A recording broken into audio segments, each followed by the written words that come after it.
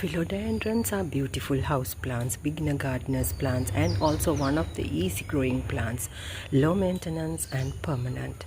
Today in this short video series I'll be sharing with you some quick tips about growing philodendron. Need a free plant of philodendron? Take it from here. Why not? You can grow it with a small cutting. I'll show you. Look at this. Look at this stem with the root.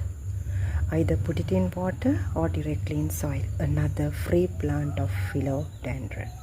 If you need free plants of philodendron, take a look at this. Cut it from here and you got another free plant. Cut it from the node areas, you have another free plant. If you want to make free plants out of them, look at my golden philodendron growing amazingly in my garden. I put them in a small planter, but growing in a huge, ample, taking the whole space. Now look at this. I don't like to cut it off.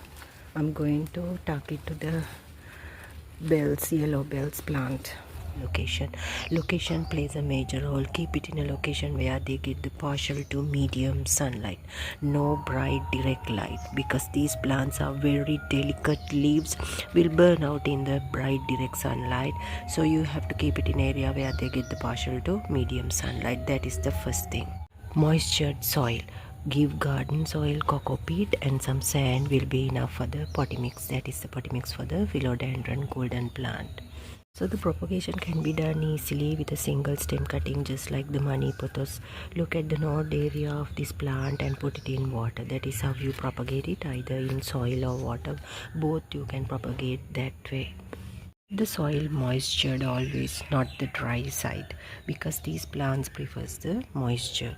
So the next thing is about watering. When it comes to watering, check the soil and water. Do not overwater because they don't like the soggy soil as well, but don't keep it too dry as well.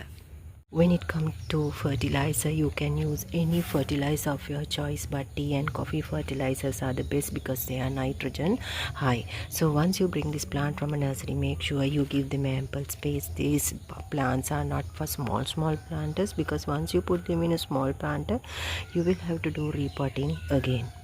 Look how huge they grew.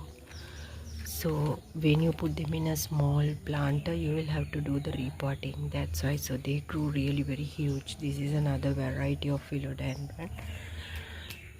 About watering philodendrons, do not overwater. The main thing is not to overwater. Check the soil, but do not keep the soil too dry and not too soggy. That is the thing you have to keep in mind when it comes to watering any philodendron plant.